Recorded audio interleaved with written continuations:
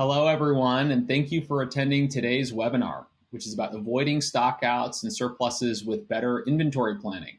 I'm Ted Boeglin, and I lead Flexport's teams who help small and medium businesses grow and profit using Flexport's technology platform, our logistics infrastructure, and our global trade expertise.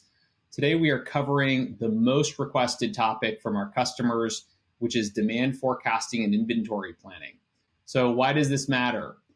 Well, because getting it wrong means that you lose money or lose sales, and getting it right is a competitive advantage for you. It means that you can sell more product at lower costs.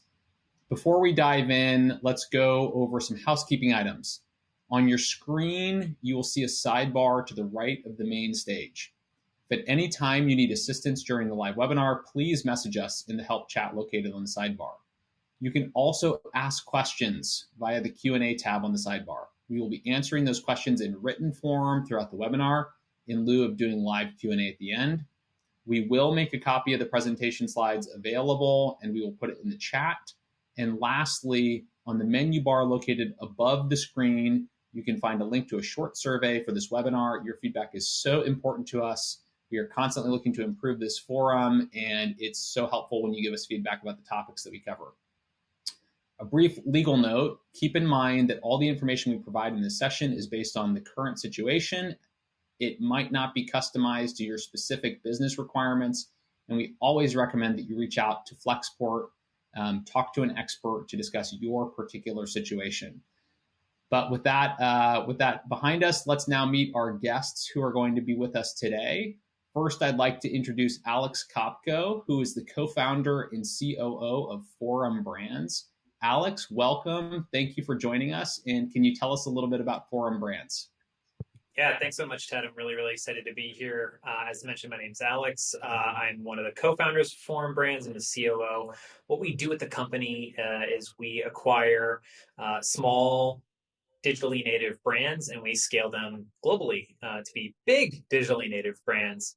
Additionally, we recently launched an inventory and demand planning tool called Crystal, which I'm really excited to talk about today in the context of how to make smarter planning decisions. Alex, I can't wait to dig into that. I was excited to see your launch of the Crystal tool recently. I'd also like to welcome Pratap Ranade, who is the co-founder and CEO of Arena. Pratap, can you tell us what Arena does? Yeah, thanks, Ted. It's great to be here. Yeah, Arena, we founded the company to basically make enterprise decisions autonomous. And the general premise is we've seen a huge amount of progress in AI, especially when you look at game playing and robotics. But then if we look at enterprises, a lot of decisions are still in a paradigm of like decision assistance and advanced analytics. And so we're founded to basically bridge that gap. We're super excited about today. We started with most of our work actually on the demand side. And as everyone on this call is no stranger, demand and supply are very deeply connected. So through that work, we've been pulled into supply. Pratap, no matter where you start, supply chain will find you. So the last 2 years have taught us that. Okay, so let's dive into some of the questions. Alex, I actually want to start with you. You have been so hands-on with so many different brands over the last few years. And I think some of the buzz that's out there is that we see brands starting to question the wisdom of the just-in-time inventory model that was so popularized in the 2000s. And some argue that we're moving more towards a just-in-case inventory model. This is a question that we're getting a lot. How would you advise brands decide between those two models of just-in-time versus just-in-case? Yeah, it's a really good question. And I think the term just in time itself is a little bit misunderstood. It's sort of just in time. To me, it makes me think of this, almost custom order. The widget isn't produced until the point of demand. But in a different context, just in time, for example, in the context of a retailer, is really about making sure that when you walk into a store, a shelf doesn't have 500 widgets, maybe it only has 5 widgets. And so it's really more about ongoing replenishment, making sure that there are always enough widgets to fill the shelf, but that you don't have to hold as many widgets in the back room or even in that location, that state.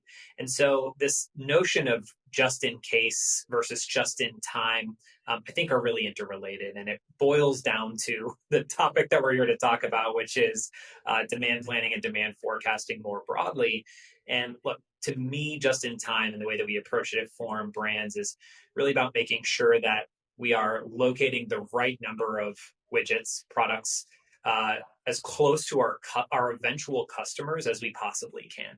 And that minimizes the period of which we might be out of stock. It also, though, conversely can help minimize the amount that we're holding in bulk in one particular space. But as it relates to just in case, as we've seen, it is prescient in these times to make sure that you're holding enough inventory to weather many of the supply chain shocks that we've seen. And so it kind of boils down to a couple of factors that I'll talk about that we think about. Number one is working capital. If you've got the cash because you're a slightly larger business, maybe you have a specialized type of product that doesn't change very frequently, you may want to stock up a bit more than you would normally be comfortable with, just in case your supplier runs into a challenge, just in case, as we saw last summer, the port of LA gets backed up by 75 plus ships and you actually can't get your goods off that boat for a month or two, which happened to us and I'm sure many other folks. But there's also this notion of, if your manufacturer is owned by you, if it's domestically located, if it's located to your eventual customers, maybe you don't need to have as big of a worry about this notion of just in case. Just in time can still work for you because you're in more control of your manufacturing footprint. So that's one big consideration, is the working cap. The other consideration is, do you have the space? And so we have a lot of our sales on Amazon, and anyone who's sold on Amazon over the last 2 years has probably run up against the caps that Amazon will implement in certain brands and in certain categories. And so in many cases, you can't really hold just in case quantities of inventory because Amazon won't physically allow you to store that many goods at an FBA warehouse. So then the question becomes, do you have access to, or would it be prudent to take advantage of a 3PL or 4PL, an asset light inventory storage opportunity, just in case, again, you want to weather these supply shocks. And really that boils down to your use case. It boils down to your lead times, your manufacturing footprint, your growth plans, and where your customers are as well. And so, yeah, I think just in time, just in case, it is case by case. And I don't think that just in time as a concept is going anywhere. But what I think it will require, particularly in times like these, is an evolved level of thinking about balancing the risks and the trade-offs of being overstocked versus out of stock, and realizing those to the bottom line. Alex, it's so interesting to me because Forum Brands has to do this across companies that you acquire, a very diverse set of SKUs and products that probably have different characteristics, some with very stable demand curves, others with highly seasonal curves. How are you sort of mapping out the various SKUs that you have and choosing the right approach for the right product? Yeah, we follow the data at the end of the day. Big data geek, wouldn't be here if I wasn't. But no, I mean, really, we let customers basically tell us with their wallets, with their behaviors, and in many cases with their phone calls and their emails to our customer support teams, what they're excited about and what they're not excited about. And so if we're starting to see traction, particularly on the more seasonal demand curves of these different products, we'll stock up in advance of that, and we'll look for opportunities, even if they're a little bit more expensive in the short term, to delight customers who are telling us that they want these products. Those that are more stable, for which we can generate a much higher probability, a much higher likelihood based model. By and large, what we're doing there is we're just holding a couple of extra weeks of inventory domestically, again, to protect against some of these shocks, like when we saw, the Suez Canal get blocked up by a big barge. I mean, those are things that you can't really bake into a model per se, right? That's a black swan event that hopefully will never occur again. Probably it will, but yeah, it's really just to weather some of those shocks. And so again, it's case by case, it's nuanced. And what I always encourage our brand managers, and we also talk to a lot of sellers in this space who are utilizing our tools, or who we have close connections with. I always advise, at the end of the day, you as the business owner understand the nuances in the context of your business better than anybody else.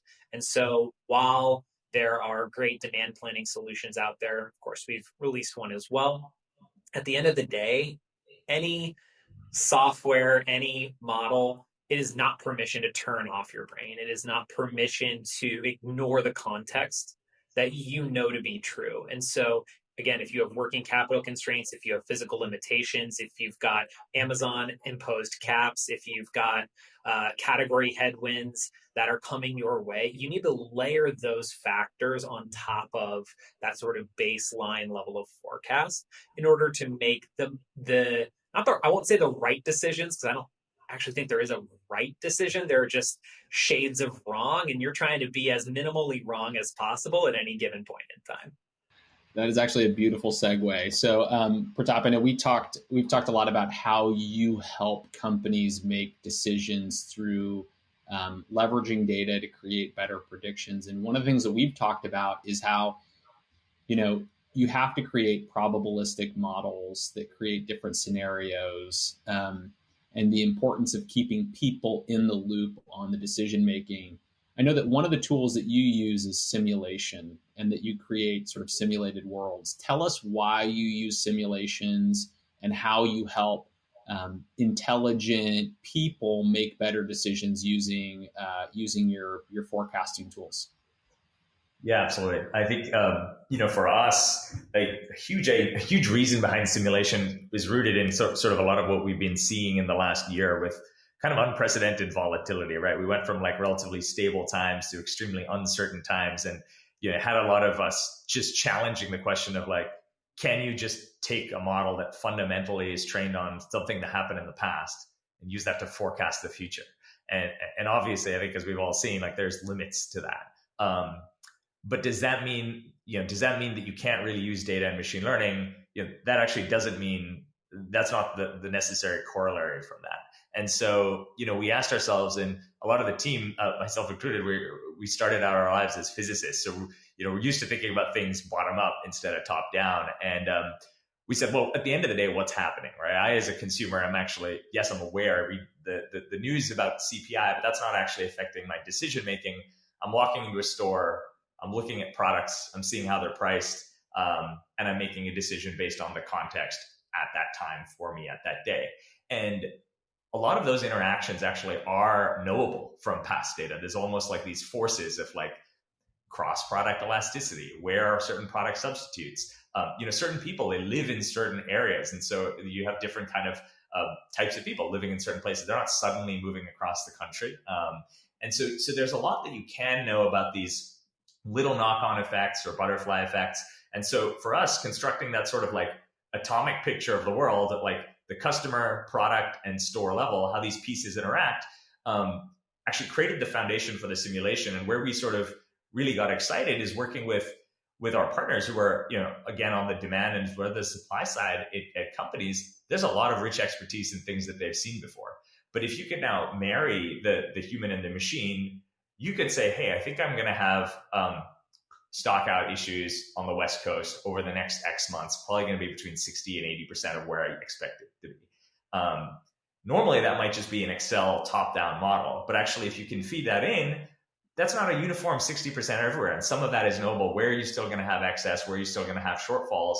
And so we found that to be really useful. So it's almost like think about it as a level builder for a video game, but you get to be the game designer. And so that's how we've been finding simulation to find utility on the supply side of the world. Pratap, what are some of the most common variables that you see, very sophisticated companies who are doing as well as they possibly can to forecast demand and plan inventory? What are some of those big variables that they're looking at that have, helped them improve the accuracy of their forecasts? Yeah, it's a good question. I think a lot of the shocking secret is it's not necessarily a huge, vast array of them. It's like the quality of them and the granularity of them. So what we focus on is getting kind of the basics right at like a granular and high frequency level. So can you get daily SKU level, store level price correctly? Can you get that a little bit up the chain? So like the price to the retailer, the price to the consumer. Can you get some of the other factors that do drive behavior, which is, particularly on like if products are advertised, some of that marketing spend.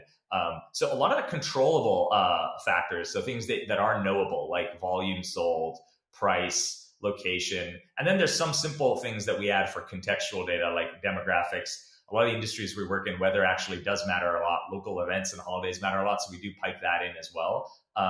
What's been interesting is actually given, again, if we take a side tangent, some of you who are AI nerds have probably seen a lot of the development for language models and image models. What we found is actually weirdly adding in unstructured data from an image strangely can help you spot like substitute products. And we know this all the time as consumers. You walk down the aisle, you look at deodorants, you can look at the design, and you can kind of get a sense of which one's marketed to you. So recently, that's been one of the things that we sort of brought in. And specifically, that's been helpful with products where they're newer products. There's less sales data. You're sort of trying to make a prediction off of very little data. But I'd say the core attributes are getting the sort of basics right, updating regularly at a very like atomic level.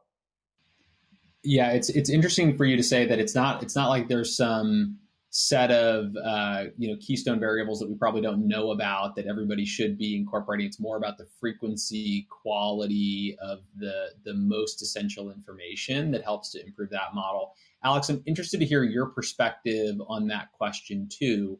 What are you finding to be the most important pieces of data that you're feeding into your model that helps you get sort of high fidelity decision making?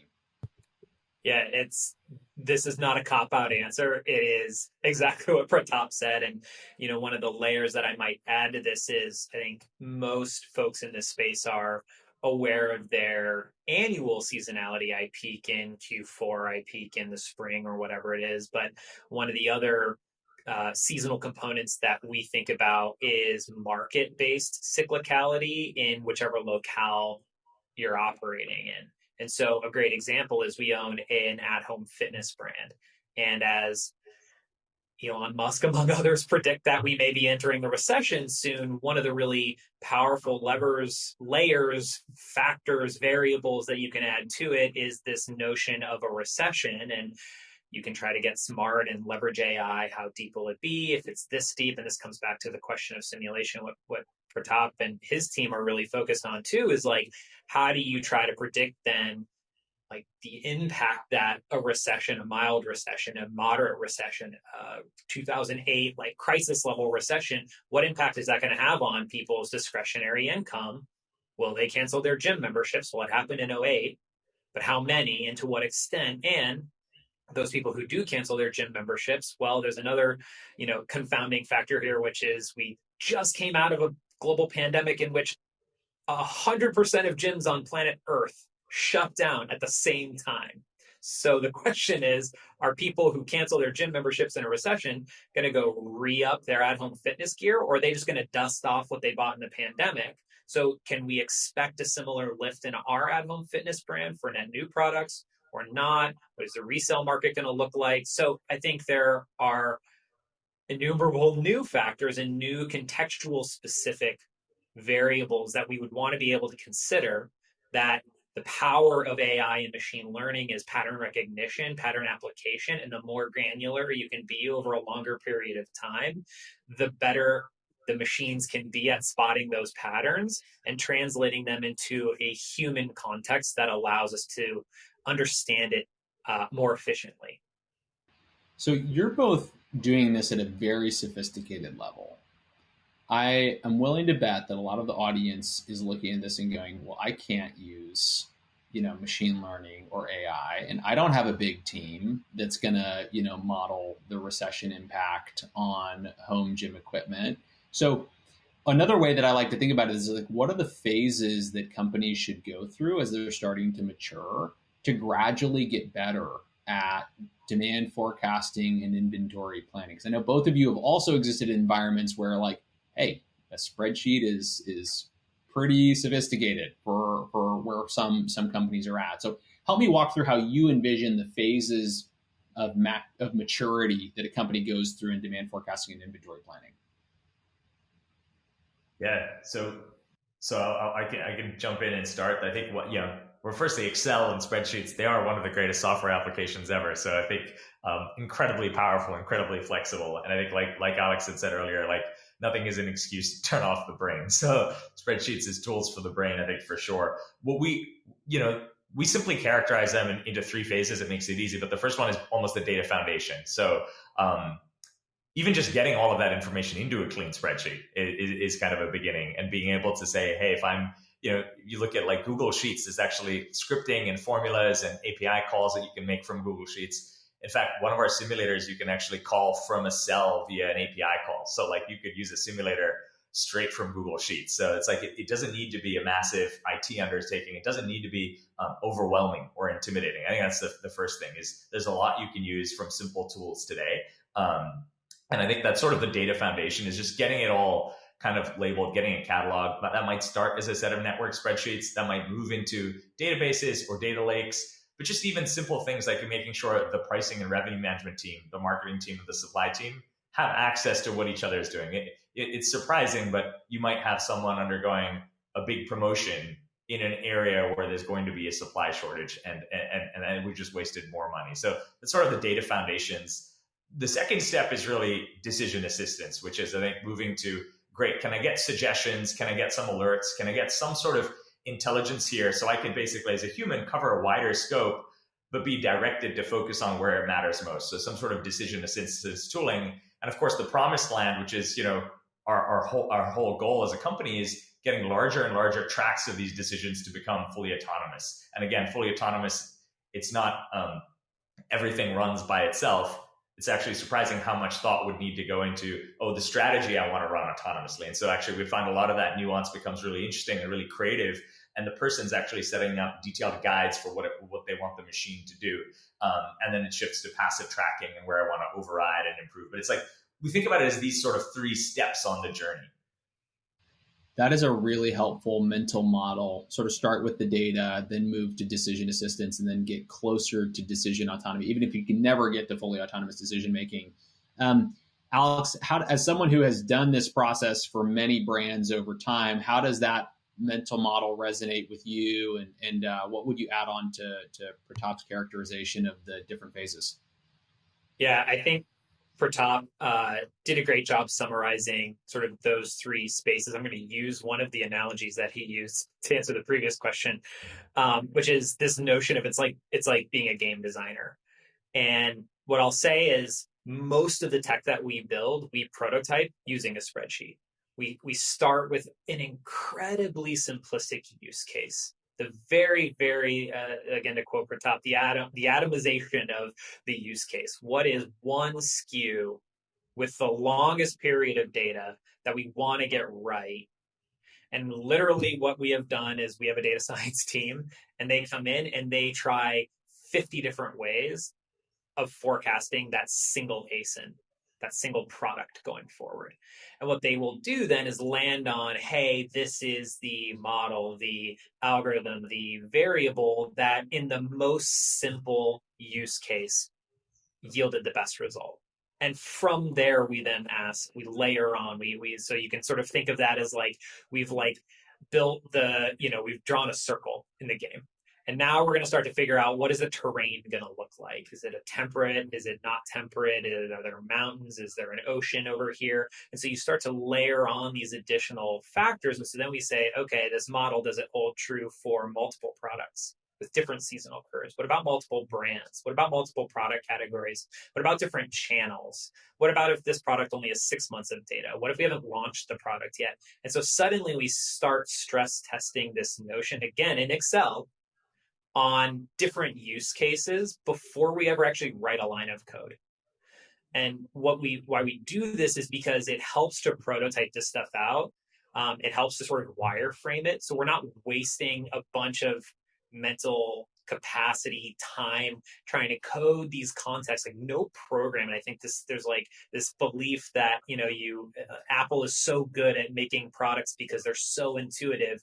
You can almost forget that there are tens of thousands of people spending millions of hours conceiving of that experience, and that it just each one builds upon itself. And so it can, like AI and ML, they can sound like scary, buzzy things that are totally unapproachable, but they're not. They really are built upon the foundation of Excel, of data modeling. And something that Pratap said that struck me is this notion of the decisioning. I mean, that's conditional formatting, right? Like the most basic use case of that is, hey, I've got clean data in Excel. I slapped it into a pivot table and I want to see what my seasonal trend looks like. And you do that little conditional formatting and it shows you the red stuff and the green stuff.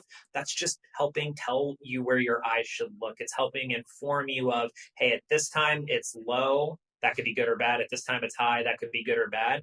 But it boils down to your context again, and how you want to think about and process that data. Excel is an amazing starting point, or Google Sheets, pick your poison. It's an amazing starting point for helping you to make those decisions and get comfortable. And in fact, I'll just add one more plug. When we're developing technology, oftentimes what we'll do is we will release that prototype to our users, which in this case are our employees. And part of what we're doing is I can sit here with my data science team and we can come up with the models and think through all these different business application use cases. But until we put it in the hands of our users, even in an imperfect way, i.e. Excel, imperfect, quote unquote, we are really interested in what decisions they're going to make based on the outcomes of that. Because if we, again, invest all this time and money and energy now codifying these super cool, awesome models into a piece of tech that no one uses, we're no better off than if we had nothing at all. And so I would strongly encourage getting comfortable with thinking about this in those small, bite-sized, sort of packetable starting points in Excel and whatever you think about, and understand the use case for which you actually need that data. Because it's just going to make it that much easier to drive adoption, that much easier to bake it into your business process and make decisions with confidence based on that. Yeah, I think it's been very helpful to talk through some of these examples, because I actually think it is very approachable for all companies to start making improvements in this way, even if it's Google Sheets or Excel, and working up from there. But one of the things we've touched on as well is that these systems only work if they're sort of wrapped in a decision-making process within a company that involves multiple people, multiple departments, so that everybody is working in harmony together. So, Alex, maybe you can start, and then Pratap, I want to hear how this plays out also with some Arena implementations. But what have you seen as some really good decision-making processes that are supported by these sort of core demand forecasting and inventory planning systems? Yeah, we use our demand forecast well beyond just inventory planning and sort of how much inventory to hold. We go all the way up the value chain. So we're thinking about, we own a couple of brands that are heavily invested in silicone-based products. And in October of last year, the price of silicone tripled. And fortunately for us, we had bought a bunch of raw materials prior to that. It was purely luck. We did not forecast for that, but we bought a bunch of raw materials ahead of time because we were able to take advantage of an economies of scale approach, because we knew that we were going to use that raw material not just for a singular product line, but for multiple product lines across multiple brands. That helped us weather the cost hikes. It also helped us, as we sold through much of that inventory, to then go back to our vendors, for example, farther down the value chain and say, okay, we know that for the next 6 months supply, we're going to need this amount. we're going to manufacture this number of widgets. So we could then negotiate on a bulk purchase as well to save on raw materials as they were purchasing it. The other thing that we use it for, we use it in pricing. Price is a really important variable that goes into a demand forecast. And like Pratap said, same, particularly, cross price elasticity, understanding what the substitutes are, what the complements might be. And so we use our demand forecast to understand the impact that our pricing, like how price sensitive are our products going forward, how price sensitive were they in the past. There's a lot to be learned, and we encourage small tweaks in our pricing. Particularly the beauty of selling on a marketplace like an Amazon, for example, is you can make very, very small tweaks and they can have really big impacts in customer behavior that in turn helps train our model and in turn helps us make better decisions so that we hold the right amount of inventory going forward. And we can do things like reach economically optimal prices from a profit standpoint, right? And we don't have to say, well, our competitor is charging this and this other competitor is charging that and our costs are this, and you're sort of doing this like bottoms up price. We can just come out with confidence saying, you know what, we know day in, day out, if we sit roughly at this price, here's our expected demand, here's our expected growth trajectory, and here's how we should think about our promotions process, our advertising process. And by the way, advertising is another way that we use it. If we want to really think about the split between our paid sales and our organic sales.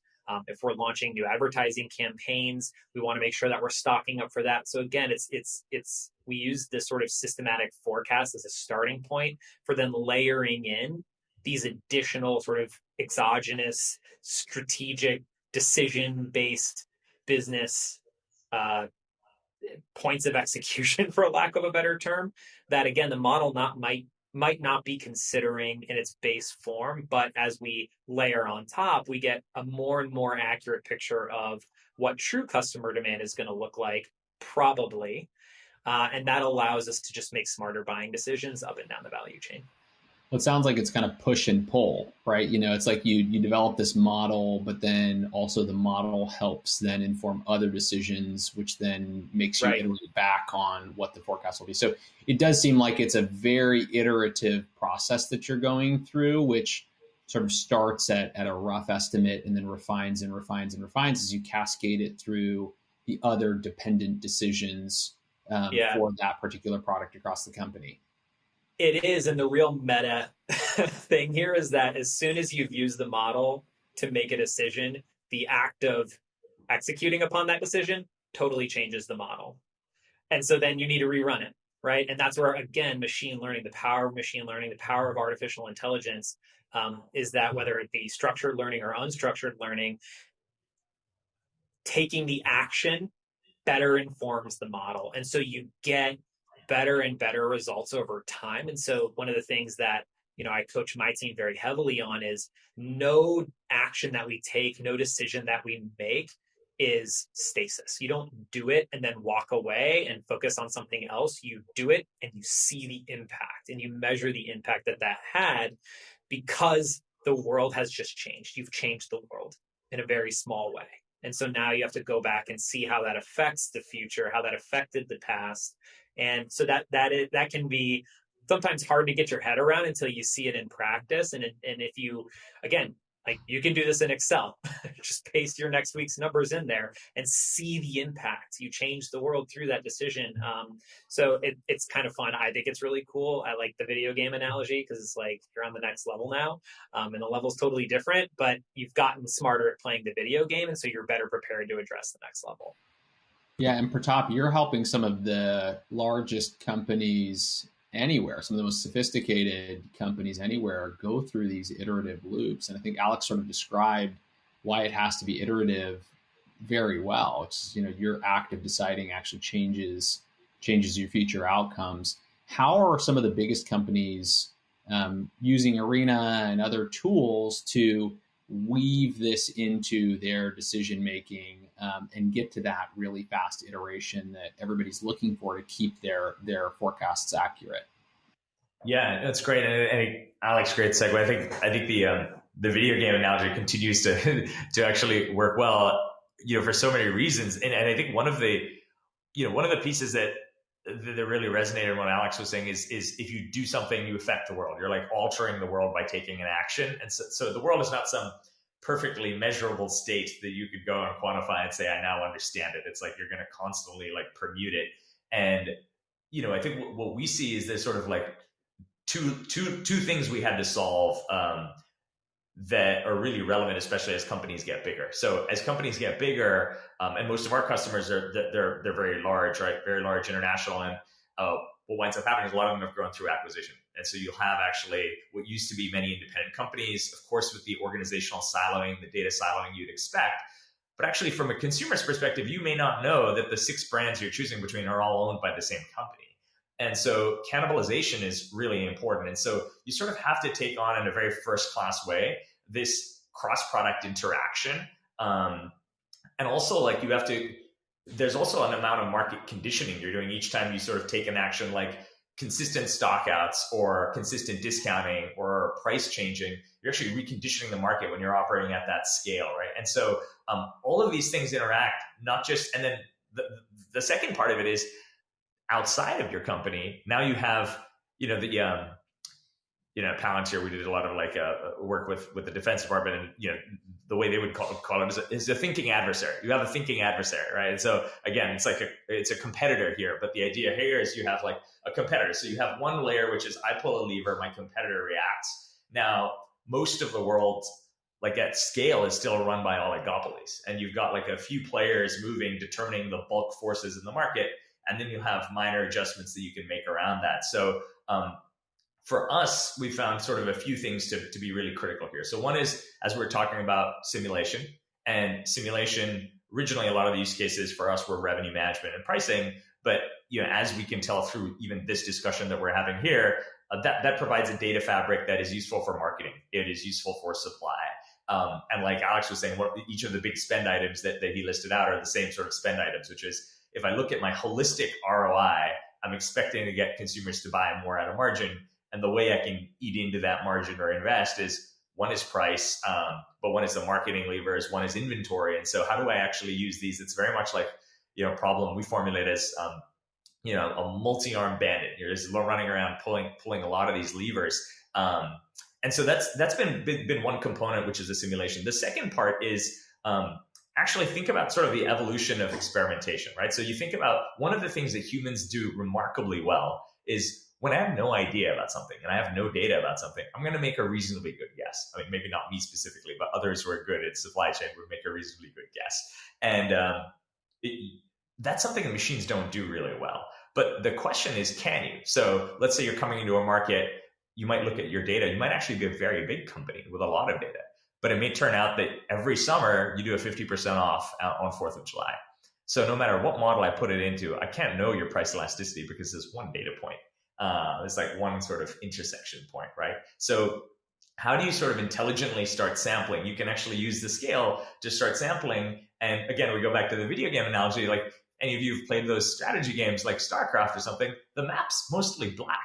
And you go send a unit out there and it explores, learns a little bit about it. And so how do you choose when to try something new and when to optimize? And I think the big risk with a lot of machine learning tooling today is optimize, but actually you're shrinking how much you know about the world. So, that balance we found to be really important. So for us, A is simulation, but 2 is it's almost this live real world experimentation. And what's nice about that is as you learn, that basically updates your simulation. So you've got this sort of like, where experience was accumulated in a person, maybe the person leaves, you're accumulating that experience in a sim. And so that organization actually now has a copy of their best understanding of the world that's available when the pricing expert leaves or the supply expert leaves. And we believe that's starting to create the initial signs of like a long-term lasting advantage. Yeah, it's you both talked about this, by the way, which is that your people have to codify their understanding in some way. And I think that a lot of companies, especially small companies, have this, which is key person risk, right? You have one person at the company who understands it really well, and that creates a lot of key person risk if that person leaves or retires. And so you've both touched on this, but having that individual codify what they understand of the world into a system that can then go validate, disprove, or ideally improve upon that understanding of the world is such an important part of this equation, and something that you can start at any time. You don't need a database. A spreadsheet works just fine for someone to record their understanding of the world, the key relationships, so on and so forth. Okay, so we've covered some really big topics. We've covered supply, we've covered demand, but for everybody who's been through an economics class, they know that there's another output of a supply and demand curve, which is generally price. And we have not talked at all about the current environment, especially with inflation. I mean, you look at all of the indexes, the producer price index, consumer price index, consumption indexes, they're all going up in a very unattractive way, which is forcing brands to consider, do I need to pass increased prices on to my customers? And what does that do to my understanding of my demand forecast? And Pratap, I actually want to start with you, because this is one of the places that Arena started, which was helping with pricing. How should companies be thinking about that really pivotal moment, which is, do I increase my prices and run experiments or increase them durably? Like, how should I, as a business owner, think about that crucial decision?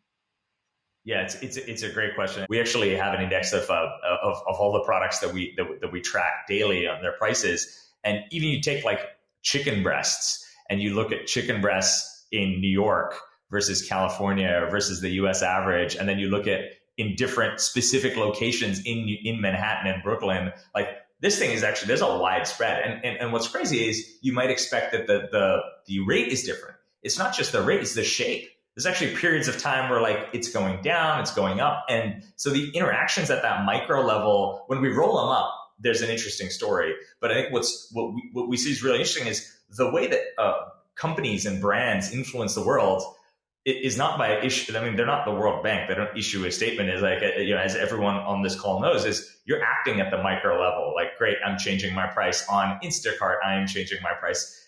Alex, you know much more about the Amazon world, or in a store, right? And how am I actually enacting that? And prices are not the same, right? Like when we work with consumer goods brands, the price elasticity to a change represented as free shipping if you have over $10 off.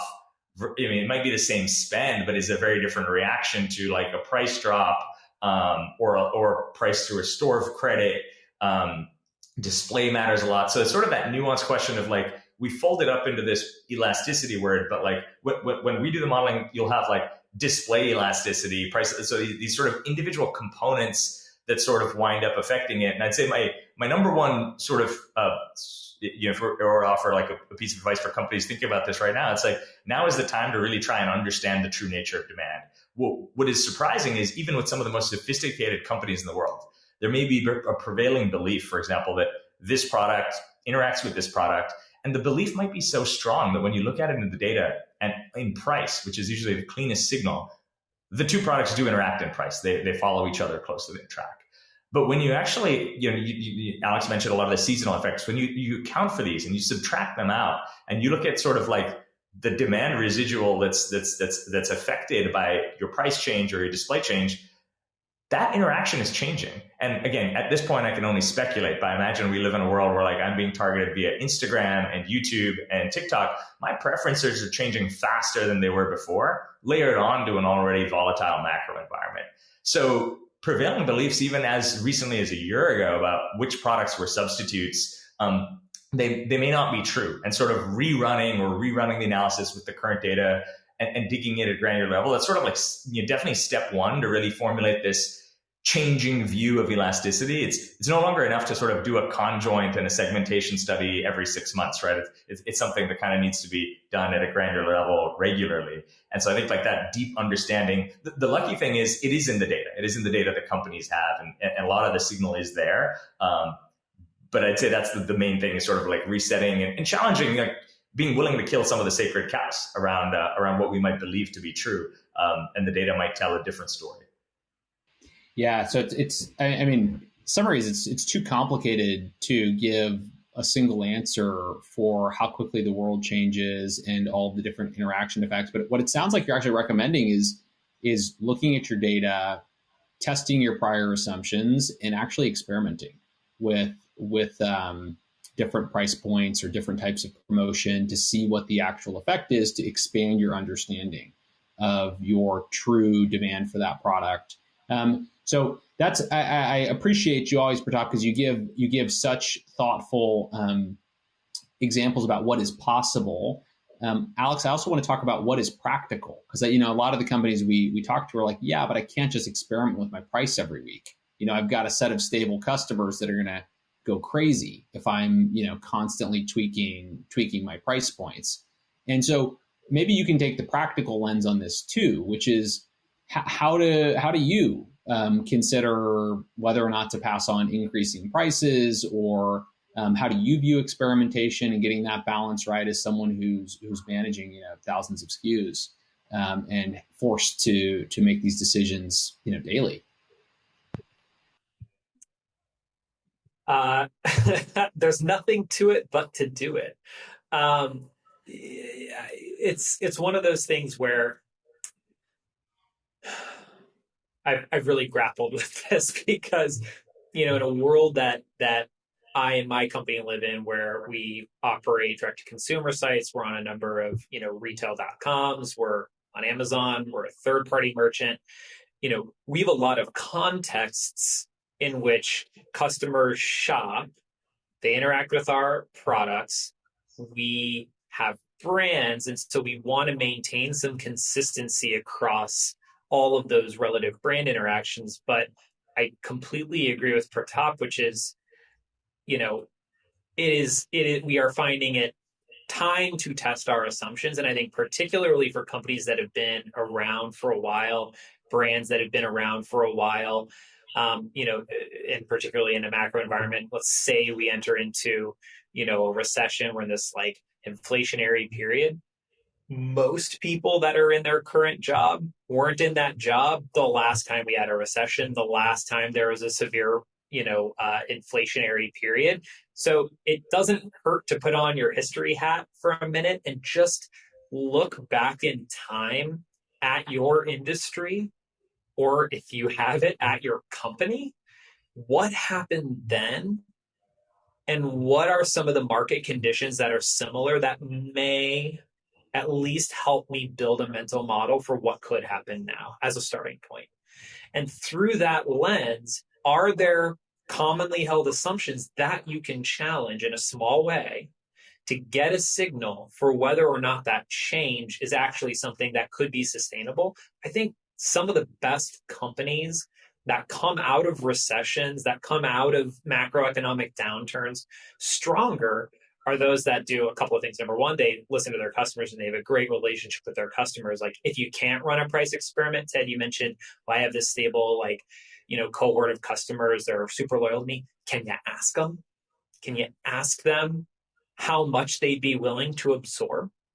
Right? I mean, if you have that level of a two-way conversation, doesn't hurt to ask, because everybody's aware that times are tough. Times are getting tougher.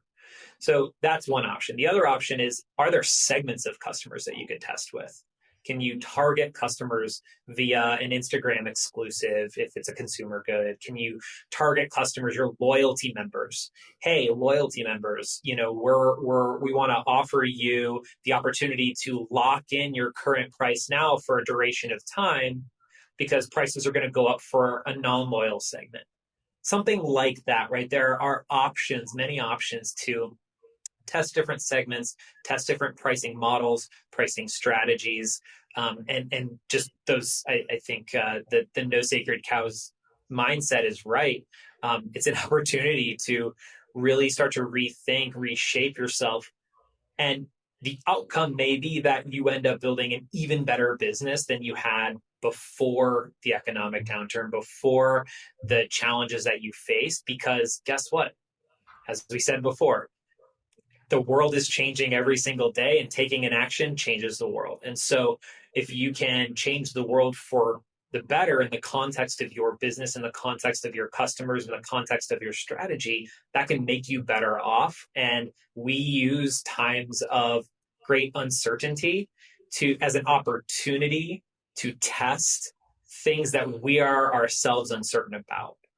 rather than, I mean, I think that when the going gets rough, humans, we sort of have a tendency to regress to the mean. We retreat to the safe things.